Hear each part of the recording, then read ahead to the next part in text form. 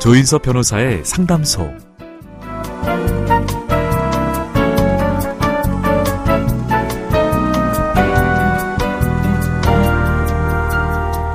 오래된 시골집 나무 기둥에서 동그란 점박이 무늬를 보신 적 있으신가요?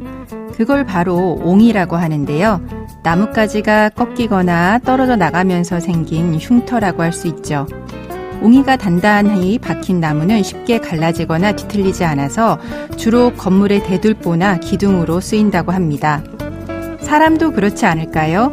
오늘의 좌절과 시련이 내일을 버티는 힘이 돼줄 겁니다. 조인섭 변호사의 상담소 지금 바로 문을 열겠습니다.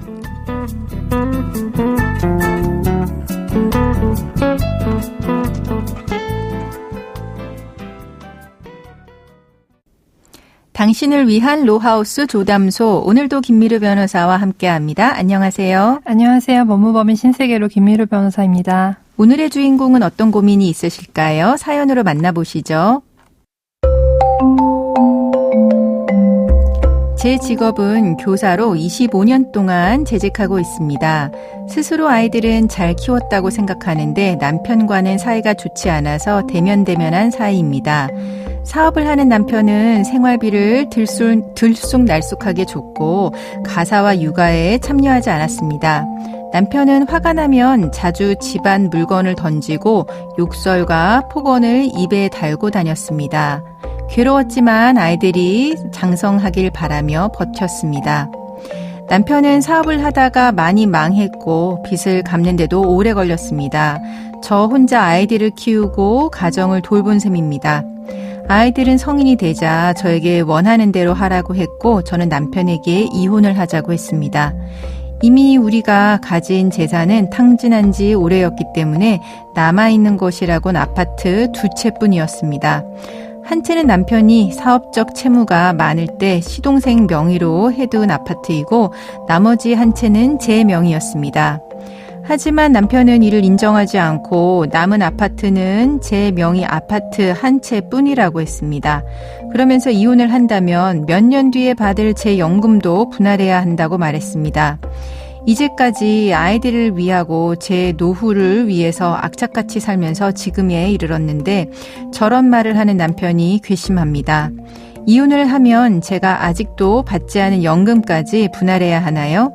이제까지 남편이 한 것은 없고 제 희생만 있었는데 남편에게 재산 분할을 꼭 해줘야 하는 건가요? 퇴직 일시금 말고 퇴직 수당은 어떻게 되는 걸까요? 시동생 명의 아파트는 포함될 수 있는 걸까요?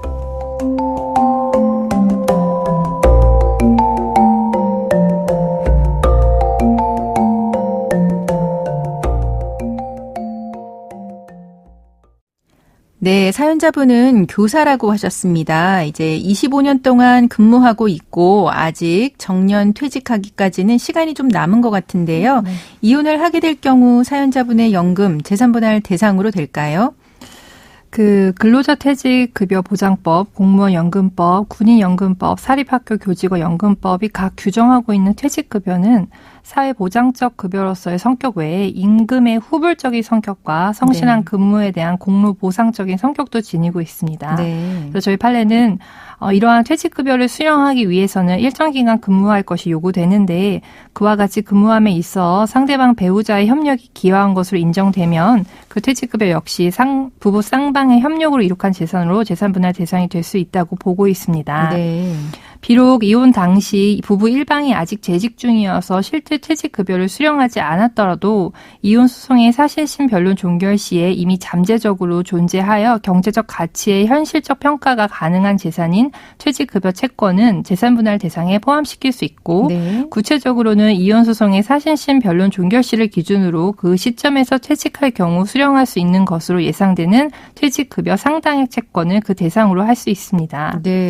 그 사연자분이 많이 억울하신 부분이 있고 남편분이 상당히 가상탕진을 해왔다고 보이긴 하는데 25년 이상의 결혼 생활을 하셨기에 예상 퇴직연금이 분할 대상이 될 수 있다는 점 말씀을 드리겠습니다. 네, 그럼 연금도 이제 분할 대상이 된다라고 이제 해주셨는데 그럼 실질적으로 연금 청구 어떻게 진행될까요?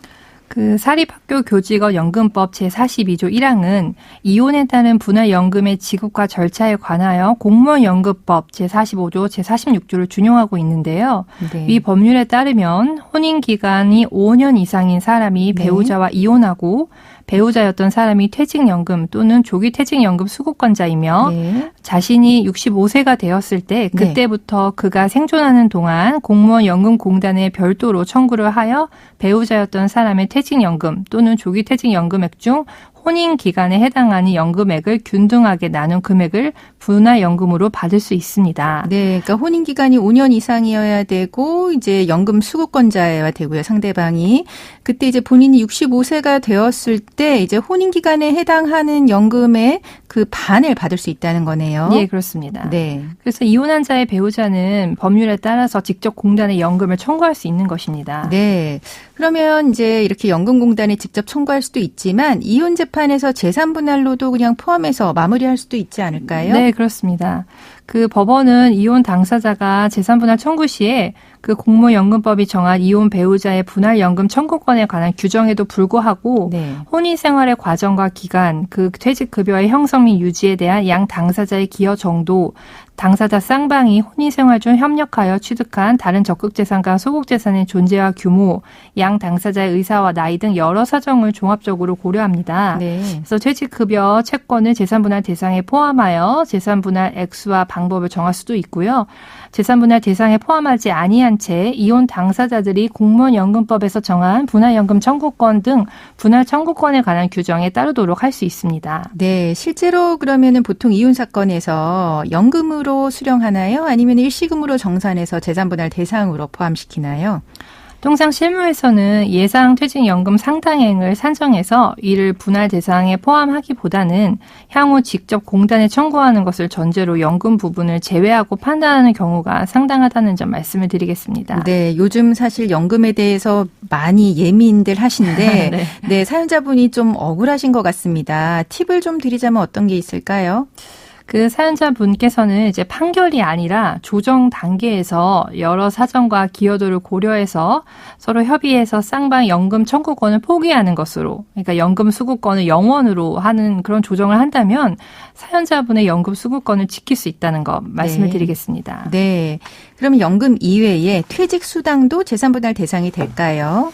네, 그 공무원연금법 제28조의 제4호, 제26조에서 정한 퇴직수당, 즉 공무원이 1년 이상 재직하고 퇴직하거나 사망한 경우 지급하는 수당에 대해서는 이혼 배우자의 분할 청구권 규정이 적용되지 않습니다. 네. 그래서 이혼 소송의 4심심 변론 종결 시를 기준으로 그 시점에 퇴직할 경우에 수령할 수 있을 것으로 예상되는 퇴직수당 상당액 채권은 충분히 재산분할 대상이 될 수 있는 것입니다. 네. 그러니까 퇴직금도 분할 대상이 되는데 현재 시점에서 퇴직하면 얼마를 받는지가 분할 대상이 된다는 이야기네요. 예, 맞습니다. 네. 그러면 이제 한 가지 또 쟁점이 있습니다. 시동생 명의 아파트 남편은 이거 포함 안 된다라고 하는데 어떻게 처리될까요?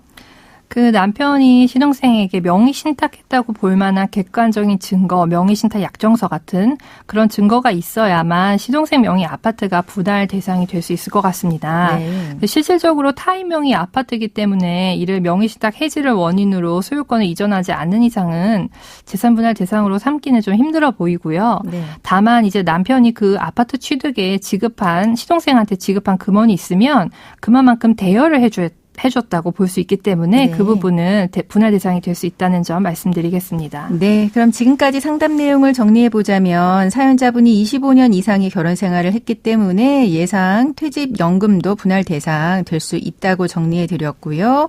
이혼한 배우자는 공무원 연금공단에 직접 연금을 청구할 수도 있고 또 재산분할 대상으로 포함시킬 수도 있습니다. 퇴직금 같은 경우에도 이제 예상 퇴직 수당 상당액의 채권이 재산분할 대상이 될 수 있고요. 시동생 명의 아파트 같은 경우는 명의 신탁했다라고 하는 명백한 증거가 있어야 분할 대상으로 포함된다라고 정리해 주셨습니다. 지금까지 김미루 변호사와 함께했습니다. 감사합니다. 조인섭 변호사의 상담소는 유튜브를 통해서 다시 듣게 하실 수 있습니다. 궁금한 점이나 건의할 사항이 있으면 댓글을 달아주세요.